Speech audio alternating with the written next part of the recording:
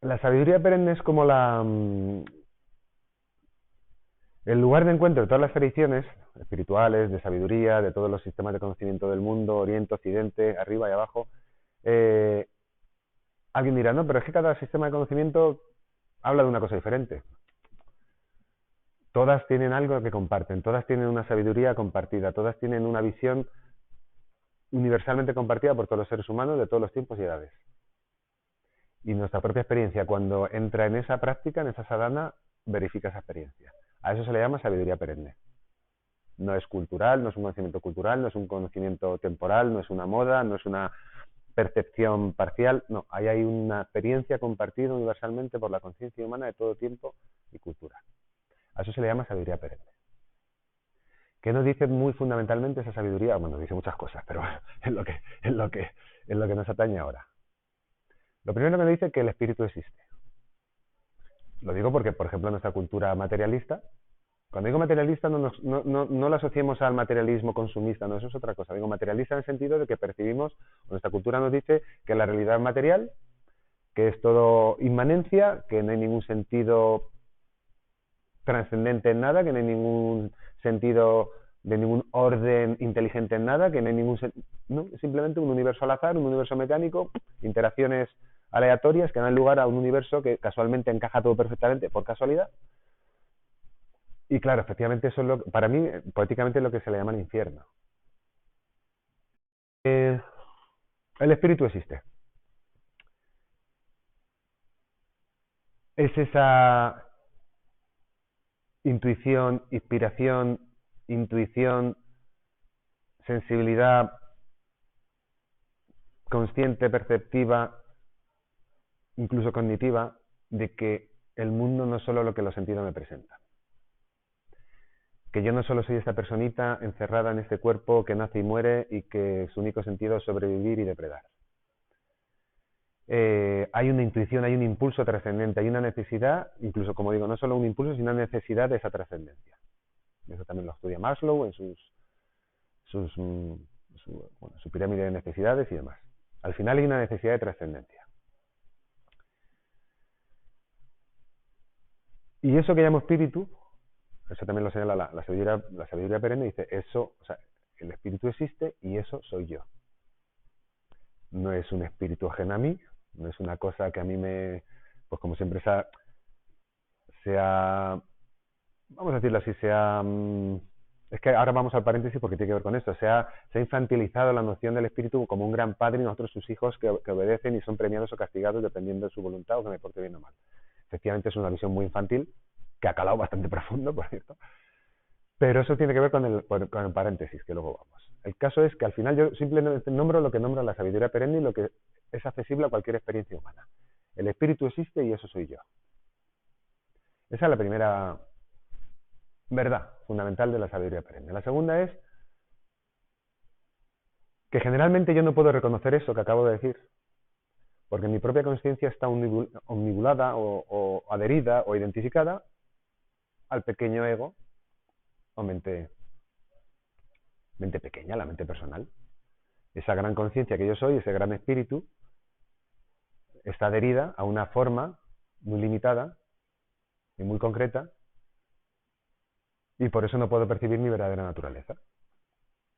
Hasta ahora esta experiencia la tenemos todos, efectivamente. Yo soy ese océano de conciencia y de repente me veo aquí en una pequeñita conciencia, con miedo, con deseo, con carencia, buscando la felicidad desesperadamente por aquí y por allá.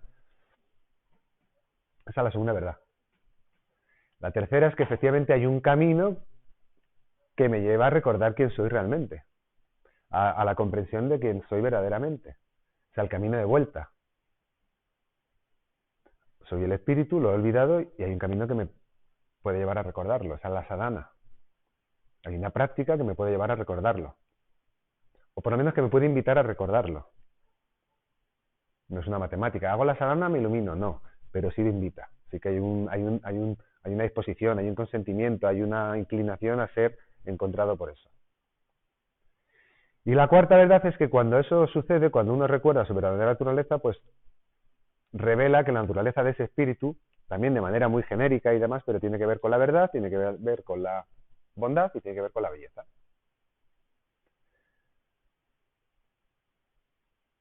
Que se dice pronto. Que se dice pronto. La verdad, la bondad y la belleza. Son 3 formas de decirlo, se puede decir otras muchas más formas. Pero ahí, al final, de hecho, está el padre, la madre y el hijo.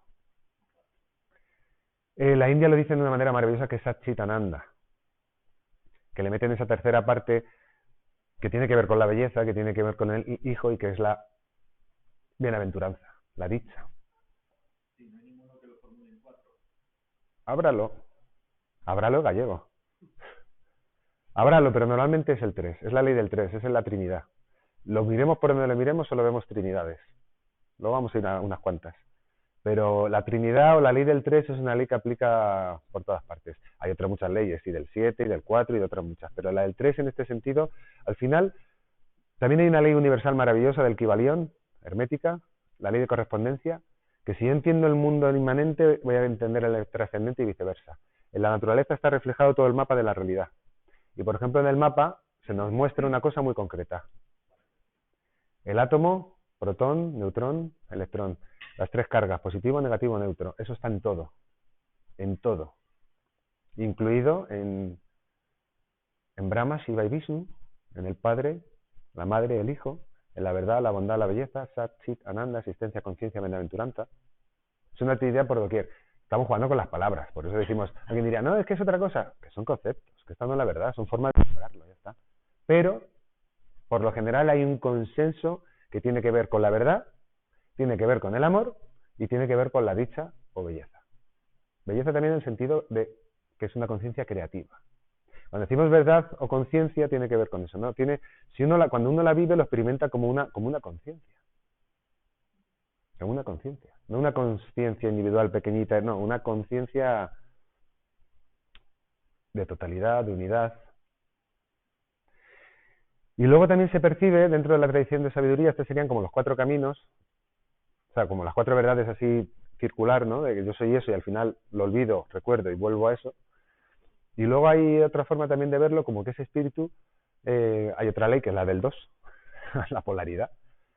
Por eso lo inmanente, lo trascendente, el yin, el yang, que nos dice que ese espíritu también se manifiesta o tiene una naturaleza vacía de todo contenido, que es puro vacío potencial, y a la vez que ese vacío potencial puede expresarse en realidades infinitas.